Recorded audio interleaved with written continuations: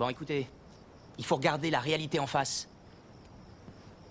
Il y a plus de 2 millions d'immigrés clandestins qui dorment peinards dans cet État ce soir. Cet État a dépensé 3 milliards de dollars l'année dernière sur les fonds publics pour ces gens qui n'ont absolument aucun droit d'être dans ce pays. 3 milliards de dollars. Au moins 400 millions de dollars, rien que pour foutre en prison toute une flopée d'immigrés, de criminels, qui sont seulement entrés dans ce pays parce que ces enfoirés de l'immigration ont décidé que c'était pas la peine de se fatiguer à filtrer tous les condamnés qui allaient en tôle. Tout le monde s'en fout, notre gouvernement n'en a rien à secouer. Notre politique des frontières, c'est du flan. Et il y en a qui s'étonnent qu'au sud de la frontière, ils continuent à se foutre de nous?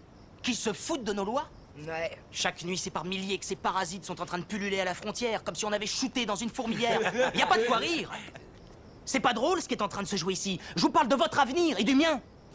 Je vous parle d'honnêtes, d'authentiques travailleurs américains qui ne trouvent aucun travail et qui sont à la dérive parce que le gouvernement se préoccupe davantage des droits constitutionnels d'un ramassis d'individus même pas citoyens de ce pays. Sur la Statue de la Liberté, on lit « À moi les réprouvés, les affamés, les pauvres ». Et c'est les Américains qui sont réprouvés, affamés et pauvres. Et je dis, tant que tout ça n'est pas réglé, il faut leur fermer le robinet. Parce que c'est nous les perdants. On perd notre droit à accomplir notre destinée. C'est notre liberté qu'on perd, pour qu'une bande d'enfoirés d'étrangers viennent parasiter et exploiter notre pays. Et ce n'est pas quelque chose qui est en train de se passer loin d'ici, non? C'est pas en train de se passer dans un endroit où nous ne pouvons rien. Ça se passe chez nous, ici. En plein dans notre quartier, juste dans le bâtiment derrière vous.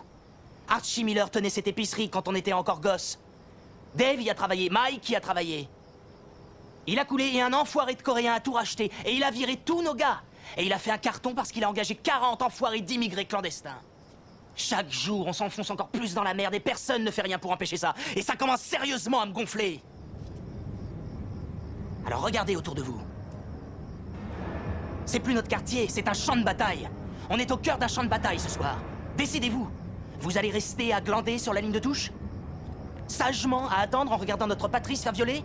On les encule, ouais. Est-ce qu'on va relever le défi et se décider à agir? Ouais.